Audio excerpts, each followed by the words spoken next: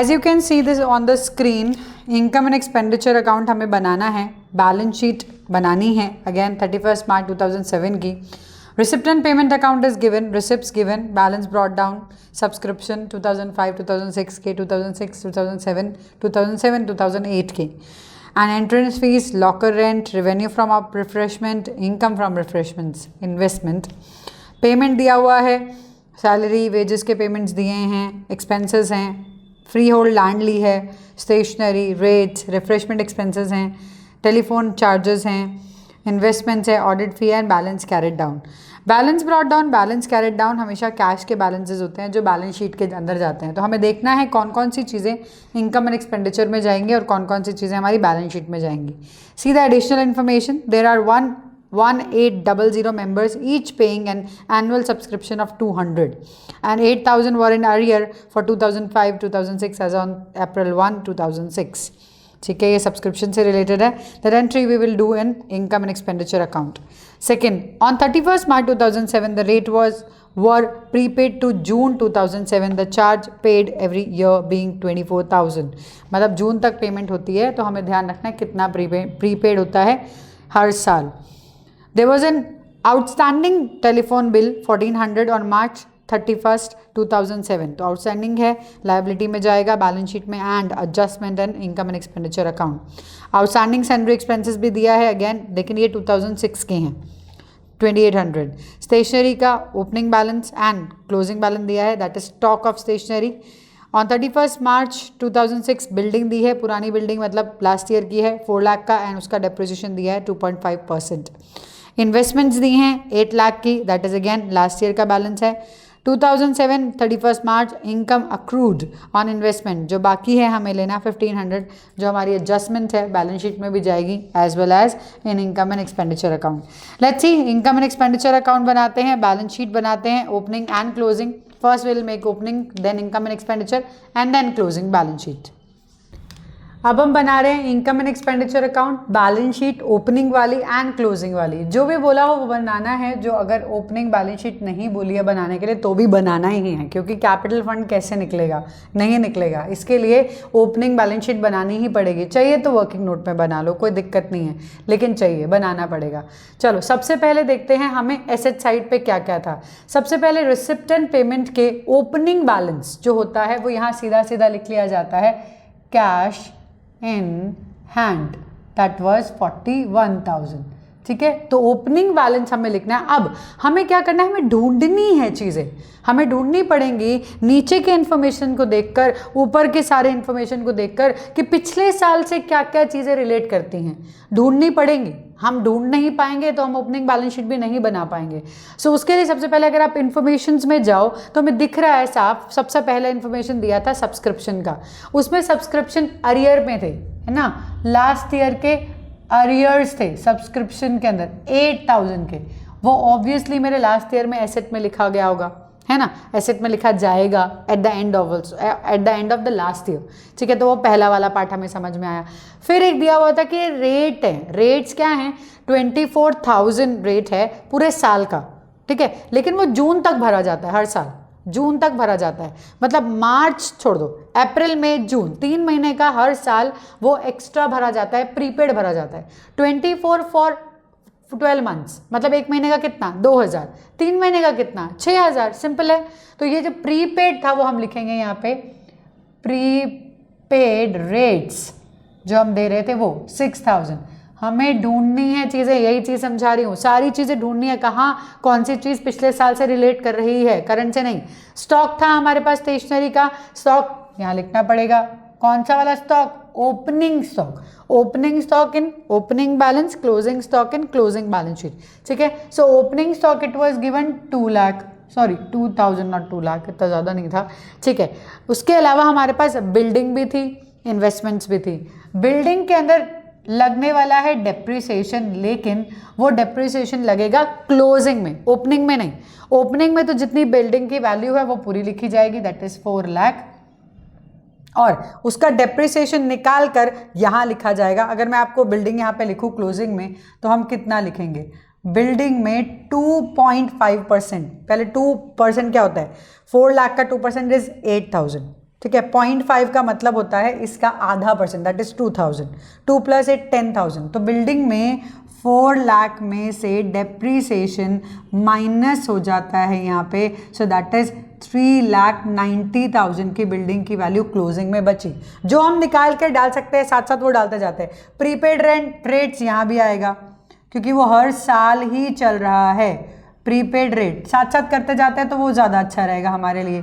Closing हमारे पास ये stock का जो बैलेंस था वो भी दिया गया था, स्टॉक का बैलेंस क्लोजिंग वाज 3600, ठीक है। अदर देन दैट अरियर्स दिए हुए थे वो देख लेते हैं, अरियर्स जो भी था कितना बाकी है क्या नहीं है वो कैलकुलेट करना पड़ेगा। देन इन्वेस्टमेंट्स, हमारे पास इन्वेस्टमेंट्स भी थी, कितनी हमारे पास इन्वेस्टमेंट्स थी, that was 8 lakh last year, तो ये 8 लाख थी। उसके अलावा हमारे कुछ एक एक्सपेंसेस भी आउटस्टैंडिंग थे, कुछ एक एक्सपेंसेस भी आउटस्टैंडिंग थे जो हमें पे करने पड़ेंगे इस ईयर में, ठीक है। लेकिन लास्ट ईयर के आउटस्टैंडिंग तो लिखे जाएंगे ना। So outstanding sundry expenses, outstanding sundry expenses की अगर हम बात करें तो वो कितने थे, दैट वाज 2800 ना। और कोई ऐसा एक्सपेंस जो हमने नहीं दिया था, कुछ भी याद करो। अगर मुझे याद आ रहा है जहाँ तक, एक सैलरीज में रिसिप्ट एंड पेमेंट में सैलरी पेमेंट साइड पे if you have seen, salary हमने 2 साल की दी है, ठीक है। लास्ट ईयर की भी दी है और करंट ईयर की भी दी है। लास्ट ईयर का 4800 दिया है ना। इसका क्लियर मतलब है कि वो आउटस्टैंडिंग था, तभी तो ये साल में हम उसको लेकर आए। So here will write outstanding salaries, that is 4800, ये हमें ध्यान रखना पड़ेगा। So basically we need to find out कि हमें कौन कौन सी चीज़ें हमारी पिछले साल से रिलेट करती है। कोई भी ऐसी चीज़ जो दे दी है, रिसिप्ट एंड पेमेंट में भी हो सकता है कि पेमेंट में दे दियो कि लास्ट ईयर का ये वाला पार्ट हमने पेमेंट किया है, तो लास्ट ईयर था तो वो आपको ढूंढना पड़ेगा। You need to find out that expenses and income which is related with the last year. आपको लास्ट ईयर से रिलेटेड ढूंढना पड़ेगा, वरना आपकी बैलेंस शीट जो फर्स्ट ओपनिंग बैलेंस शीट है वो ही नहीं बन पाएगी, वो ही सबसे ज़्यादा प्रॉब्लमेटिक पार्ट बन जाएगा। सो कैश इन हैंड है हमारा, हाँ कैश इन हैंड की बात कर रहे थे, तो रिसिप्ट एंड पेमेंट के अंदर कैश इन हैंड एक और भी था, इफ यू रिमेंबर लास्ट में जो वो था वो क्लोजिंग बैलेंस था, वो यहाँ आएगा कैश इन हैंड 53,300, ठीक है, वो यहाँ आएगा। अब हमारे पास जितना हो सकता था पुराने साल का सारा कुछ हमने देख लिया है, कोई भी चीज़ हमने छोड़ी नहीं है। तो अब हम क्या करेंगे, पिछले साल की बैलेंस शीट को क्लोज करके उसके अंदर से कैपिटल फंड निकालेंगे। अब ये कैपिटल फंड क्या है, कैपिटल फंड बैलेंसिंग फिगर आएगा जिसको हम क्लोजिंग बैलेंस शीट में यूज़ करने वाले हैं। That is why we are making this opening balance sheet. तो कैपिटल फंड क्या है, basically it is a balancing figure, balancing figure. चलो देख लेते हैं कितना है। सी दिस इज 12 लाख, ये दिख ही रहा है 4 + 8 12 लाख। 12 लाख में ये है 49, 49 + 150 ले लेते हैं 55, 55 + 2 57। सो 12,57,000 हमारा आया है एसेट। उसमें से हम माइनस कर रहे हैं ये वाला पार्ट, दिस इज 7,600। 7,600 माइनस करेंगे, 7,000 तो माइनस हो रहा है, 600 माइनस करेंगे तो बेसिकली 12,49,400 हमारा फंड बन रहा है। अब देखो 12,57,000 यहाँ है, तो ये 7,600 माइनस हो रहा है, 7,000 तो हट गया, 600 माइनस करेंगे तो this will be the answer. So ये हमारा हुआ हमारा कैपिटल फंड। अब क्या करेंगे, अब देख लेते हैं कौन सी चीज़ कहाँ आएगी। एक बार क्वेश्चन दोबारा से देखते हैं, सीधे question, then we will go for income and expenditure account. चलिए अब करते हैं इनकम एंड एक्सपेंडिचर के अकाउंट में क्या क्या चीज़ें जाने वाली है, balance sheet, closing balance sheet में क्या जाने वाली है। हम क्या करने वाले हैं, कनेक्ट करने वाले हैं। पहले एक काम करते हैं, जितने भी एडजस्टमेंट्स हैं ना उनसे रिलेटेड काम खत्म कर लेते हैं ताकि कोई एडजस्टमेंट छूट ना जाए। एडजस्टमेंट छूट गई तो it will be a problem for us only, ठीक है। तो आप सबसे पहले करते हैं एडजस्टमेंट का काम। सबसे पहले हम इनकम के साइड पे देखेंगे, पहला एडजस्टमेंट था हमारा बाय सब्सक्रिप्शन, यस सब्सक्रिप्शन। अच्छा, अब सब्सक्रिप्शन में क्लियरली दिया हुआ था कि 1800 मेंबर्स हैं जो ईच मेंबर 230 रुपीज़ पेमेंट करेगा, सॉरी 200 रुपीज़ पेमेंट करेगा। So this was 200 rupees payment था हमारा एनुअल सब्सक्रिप्शन का, ठीक है। सो अब यहाँ पे 0000 and that is 613 lakh 3,60,000. Clearly we can see 1800 into 200 will be 3,60,000. So हमारा ये अमाउंट आना चाहिए. आया कितना, क्या हुआ, वो देख लेंगे. ठीक है, विल सी. सो यहाँ पे सब्सक्रिप्शन का अमाउंट आना चाहिए 3,60,000. ठीक है, अब 3,60,000 में से करंट ईयर की अगर मैं बात करती हूँ, you have seen that receipt and payment. Receipt में करंट ईयर का जो बैलेंस था वो आया था 337,600. मतलब ये वाला पार्ट अगर हम बात करें, दिस 22,400 हमारा करंट ईयर का आउटस्टैंडिंग है. ये क्या है? करंट ईयर का आउटस्टैंडिंग है. करंट ईयर का आउटस्टैंडिंग हम यहाँ लिखेंगे, ऑब्वियसली बैलेंस शीट में लिखना पड़ेगा, पर साथ में पुराने वाला भी. आउटस्टैंडिंग सब्सक्रिप्शन, आउटस्टैंडिंग सब्सक्रिप्शन 22,400 तो है ही करंट ईयर का. पिछले साल कितना था? 8,000. पिछले साल कितना था? 8,000. उसमें से करंट ईयर में आया कितना? 7,200. मतलब 800 पुराना वाला भी हमारा आउटस्टैंडिंग है. सो बेसिक हमारा टोटल आउटस्टैंडिंग बनता है इन दोनों को मिलाकर, दैट इज 23,200. अंडरस्टूड? तो ये हमें ध्यान रखना है. सब हमारा सब्सक्रिप्शन कैसे आया ये वाला, दैट इज ये आउटस्टैंडिंग करंट ईयर का और ये प्रीवियस ईयर का आउटस्टैंडिंग हमारा ऐड होके आया है यहाँ पे. अदर देन दैट हमें रिसीव्ड हुआ था इन एडवांस ऑल्सो. ये हम यहाँ लिखेंगे लाइबिलिटी में, received advance subscription. Received advance subscription हमें कितना मिला था? That was 12,000. ठीक है, तो ये हमारा सब्सक्रिप्शन वाला पॉइंट खत्म हो गया. सब्सक्रिप्शन वाले पॉइंट में कोई दिक्कत नहीं है. 1800 थे, 200 पर मेंबर दे रहा था. 3,60,000 आने चाहिए थे, 337,600 आए, तो मतलब इस साल का 22,400 बाकी है. उसमें पिछले साल का 800 और बाकी था, तो हमने यहाँ पे टोटल ले लिया आउटस्टैंडिंग सब्सक्रिप्शन. देन जो एक्स्ट्रा मिला हुआ था नेक्स्ट ईयर के लिए वो हमने रिसीव डाल दिया एडवांस में. दूसरे वाले पे आ जाते हैं. रेट्स क्या होते हैं? जो एक्सपेंसेस होते हैं हमारे. सो हियर रेट, तो रेट्स हमारे जो दिए हुए थे उसमें प्रीपेड है पिछले साल का भी और इस साल का भी. तो हम क्या करेंगे, सबसे पहले हम रेट लिखेंगे. रेट इज 24,000 यहाँ पे, उसमें से माइनस प्रीवियस ईयर का प्रीपेड, एक्चुअली करंट ईयर का प्रीपेड, ये वाला तो प्लस करेंगे पिछले साल वाला 6,000 वाला जो हमारे इस साल का है, माइनस करेंगे करंट ईयर का प्रीपेड 6,000. बेसिकली कुछ फ़र्क नहीं पड़ा, 24,000. तो 6,000 पिछले साल का. ऑब्वियसली आप जून से जून दे रहे हो, दे तो साल का ही रहे हो, बस 3-3 महीने का आपका क्लोजिंग, जो अकाउंट क्लोजिंग की वजह से प्रॉब्लम आ रही है वो आ ही रही है. तो इसीलिए प्रीपेड रेट यहाँ पे भी, प्रीपेड रेट यहाँ पे भी, हमारा रेट वाला पार्ट भी खत्म हो जाता है. अब आ जाते हैं स्टॉक ऑफ स्टेशनरी. यस, तो स्टेशनरी का कितना एक्सपेंस है हमारा? चलो, स्टेशनरी, हमने स्टेशनरी के लिए खर्चा किया है 16,000. उसमें हम करेंगे ओपनिंग स्टॉक प्लस 2,000 था opening stock, we have written here, minus करेंगे क्लोजिंग स्टॉक. क्लोजिंग स्टॉक कितना है? 3,600 हियर. इसको 3,600 को यहाँ माइनस कर देंगे. सो बेसिकली 1,600 माइनस हुआ हमारा, क्योंकि ये 2,000 प्लस हो रहा है, इसे कट हो रहा है. 1,600 माइनस हुआ 15, दैट इज 14,400 हमारी सेकंड वाली. अब ये ओपनिंग और क्लोजिंग वाला तो हम यहाँ लिख चुके हैं, तो ये वाली एडजस्टमेंट भी कंप्लीट हो गई हमारी स्टॉक वाली. अब आ जाते हैं बिल्डिंग पे. बिल्डिंग की एडजस्टमेंट में 10,000 डेप्रिसिएशन ही है, बाकी तो कुछ यहाँ पे आएगा नहीं. तो डेप्रिसिएशन ऑफ बिल्डिंग कितना हमने लगाया? That is 10,000.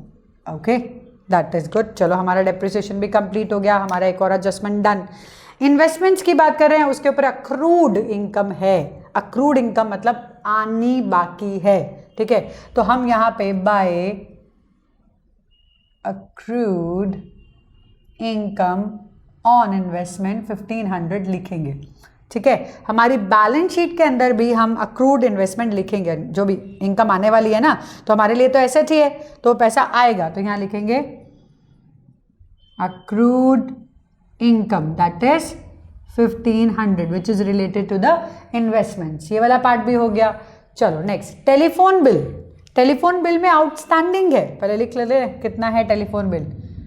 टेलीफोन बिल, हमारा टेलीफोन बिल है, ढूंढ ले टेलीफोन बिल कितना है? 4,000. ठीक है, तो 4000 हमारा टेलीफोन बिल है, उसमें आउटस्टैंडिंग है, करंट ईयर का ही आउटस्टैंडिंग है टेलीफोन का बिल, दैट इज 1400। चलिए 1400 हम इसमें ऐड कर लेते हैं, देना तो पड़ेगा ना, तो ये इस साल से रिलेटेड है, तो आ गया 5400। ये वाला पार्ट भी खत्म। हाँ कैसे खत्म, यहाँ तो लिखना बाकी है ना लायबिलिटी में, यहाँ लिखना है आउटस्टैंडिंग टेलीफोन बिल। कोई भी एडजस्टमेंट हो वो दो जगह आती है, ठीक है। तो आप देखो कि आपने ओपनिंग बैलेंस शीट या क्लोजिंग बैलेंस शीट या इनकम एंड एक्सपेंडिचर दो जगह कहीं ना कहीं आनी चाहिए। Then it comes to sundry expenses. चलिए सन्ड्री एक्सपेंसेस सारी की सारी एडजस्टमेंट्स कर लो पहले, ताकि एडजस्टमेंट से रिलेटेड कोई भी दिक्कत ना हो, ठीक है। चलो अब सन्ड्री एक्सपेंसेस कितने थे हमारे, 37,000। सन्ड्री एक्सपेंसेस 37,000, उसमें अगेन आउटस्टैंडिंग थे। सन्ड्री एक्सपेंसेस के अंदर आउटस्टैंडिंग थे हमारे लास्ट ईयर के 2800, है ना, 2800 लास्ट ईयर के आउटस्टैंडिंग थे, तो वो हम माइनस करेंगे क्योंकि करंट ईयर के नहीं है, सो हम इसको प्लस नहीं करेंगे, हम इसको माइनस करेंगे। करंट ईयर के आउटस्टैंडिंग को हम प्लस करते हैं, लास्ट ईयर के आउटस्टैंडिंग को माइनस करते हैं, तो इसको हम माइनस करेंगे। 2800 यहाँ पे माइनस होगा, 002, देन 6 में से 2 गया 4, देन दिस इज 3। तो हमारे सारे adjustment done. See subscription done, prepaid वाला पार्ट डन, रेट्स वाला, then stock done, building done, investment done, accrued income done, then telephone expenses done, sundry expenses done, ठीक है। तो हमारा सन्ड्री एक्सपेंसेस का भी 2800 ऑलरेडी यहाँ जा चुका है, तो करंट ईयर से तो रिलेटेड कुछ है नहीं, ठीक है। अब क्या करें, अब बाकी वाले भी तो करने हैं, सिर्फ यही तो पार्ट नहीं है ना, बहुत है। चलो सबसे पहले देख लेते हैं, सारे एक्सपेंसेस हो चुके। हमारा सबसे पहला सैलरी एंड वेजेस था, सैलरीज एंड वेजेस, सिर्फ और सिर्फ करंट ईयर से रिलेटेड लिखना है। उसमें 2005-2006 का 4800 था, साथ में 2006-2007 का था, वो नहीं करना हमको, सिर्फ करंट ईयर का लिखना है, 2006-2007 का। We are not going to write for previous year. Sundry expenses हम कर चुके हैं। फ्री होल्ड लैंड हमने ली है, लैंड हमने ली है 60,000 की, वो हमारी एसेट है। कोई भी एसेट परचेज करो, एसेट में लिखो फ्री होल्ड लैंड ली है हमने 60,000 की। स्टेशनरी हमने परचेज की है, तो हमने ऑब्वियसली स्टेशनरी कंज्यूम्ड तो लिख दिया है, ओपनिंग क्लोजिंग कर चुके हैं हम। रेट्स वाला पार्ट हो चुका है। रिफ्रेशमेंट, यस, रिफ्रेशमेंट से रिलेटेड हमारे पास इनकम भी है और एक्सपेंसेस भी है, तो हम यहीं लिखेंगे इनकम वाली साइड पे, इनकम माइनस एक्सपेंसेस। अगर एक्सपेंसेस ज़्यादा होते हैं इनकम से तो हम यहाँ लिखते हैं, ये हमें समझना पड़ेगा। कोई चीज़ लिंक है, इसके लिए ही डोनेशन मिली और इसी का एक्सपेंस है, तो वो अगर एक्सपेंस ज़्यादा है तो एक्सपेंस साइड पे, इनकम ज़्यादा है तो इनकम साइड पे। यहाँ पे रिफ्रेशमेंट्स के लिए इनकम ज़्यादा है तो हम यहाँ लिखेंगे। टेलीफोन चार्ज हम ऑलरेडी लिख चुके हैं। अच्छा, देन इन्वेस्टमेंट खरीदी है हमने 2,50,000 की। 2,50,000 की इन्वेस्टमेंट्स खरीदी हैं, पहले भी तो थी हमारे पास इन्वेस्टमेंट्स, है ना। सो हम यहाँ पे लिखेंगे इन्वेस्टमेंट्स। यहाँ पे 8 लाख की ऑलरेडी थी, 2,50,000 की और खरीदी, तो कितने की हो गई, 10,50,000। तो ये 10,50,000 हम यहाँ लिखेंगे इन्वेस्टमेंट्स का। इन्वेस्टमेंट्स हो गया, बिल्डिंग हो गया, स्टॉक हो गया, प्रीपेड रेंट हो गया, अरियर तो थे नहीं, कैश इन हैंड ऑलरेडी हम लिख चुके हैं, तो ये वाला पार्ट हमारा एक्सपेंसेस वाला डन। अब आ जाओ रिसिप्ट्स में, यानी कि इनकम में।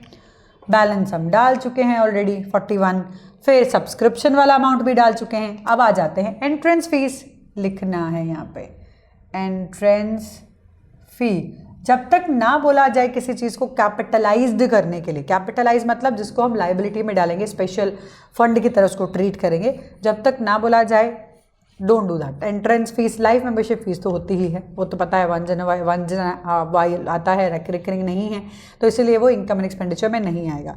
तो एंट्रेंस फीस यस 16,000 यहाँ लिखेंगे हम। देन आ जाता है by, we have locker rent, locker rent भी यहीं लिखेंगे, जो हमें मिलता है, अपनी एनजीओ है, अपनी एनपीओ है, तो वो लॉकर प्रोवाइड करती है, तो उसके लिए रेंट मिलता है, वो भी हमने यहाँ लिखा। रेवेन्यू फ्रॉम रिफ्रेशमेंट, यस, अब आ जाता है जिसमें से एक्सपेंसेस भी हम माइनस करेंगे। चलिए let's see, revenue from refreshment. अब ये रेवेन्यू हमें कितना आया था, 48,000। इसमें से एक्सपेंसेस कितने हुए, सामने से दिए गए 48,000 और हमारे एक्सपेंसेस कितने हुए 37,500। तो बेसिकली जो भी बचा वो हम लिखेंगे, दैट इज 10,500। ठीक है, रिफ्रेशमेंट वाला part done. Income from investment, yes, income from investment, income from investment. अच्छा, अब यहाँ पे ध्यान रखना है, इनकम फ्रॉम इन्वेस्टमेंट जो हमारे पास थी ये 56,000, इसमें भी आप अक्रूड इनकम को, क्योंकि इन्वेस्टमेंट से रिलेटेड है, इसको ऐड कर सकते थे। ठीक है, इसको ऐड करके आप लिख सकते हो, दैट इज अलाउड। ठीक है, दोनों को साथ में करना है। क्या चीज़ रह गई हमारी, एक ही चीज़ रह गई, that is audit fee. Audit fee हम एक्सपेंस में लिखेंगे क्योंकि वो एक्सपेंस है, ऑडिट फी। सो ऑडिट फी हमारी 6,000 रुपीज़ की थी, दैट वी नीड टू पे।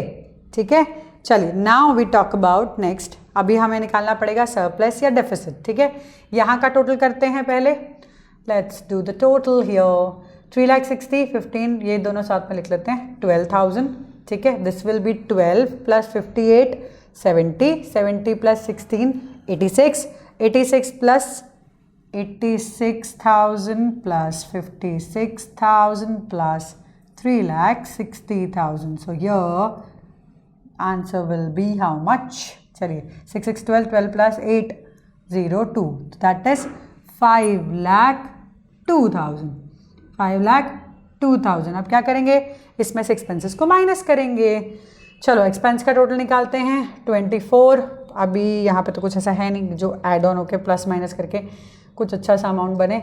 यहाँ तक देखते हैं, 24 plus 14 38, 38 plus 10 48, 48 plus 5, 48 plus 5 is 53, 53,800, 53,800 यहाँ तक हुआ। नेक्स्ट इसका देखते हैं, that is 0,047 and this will be 11,11 and then we have 6,000 here.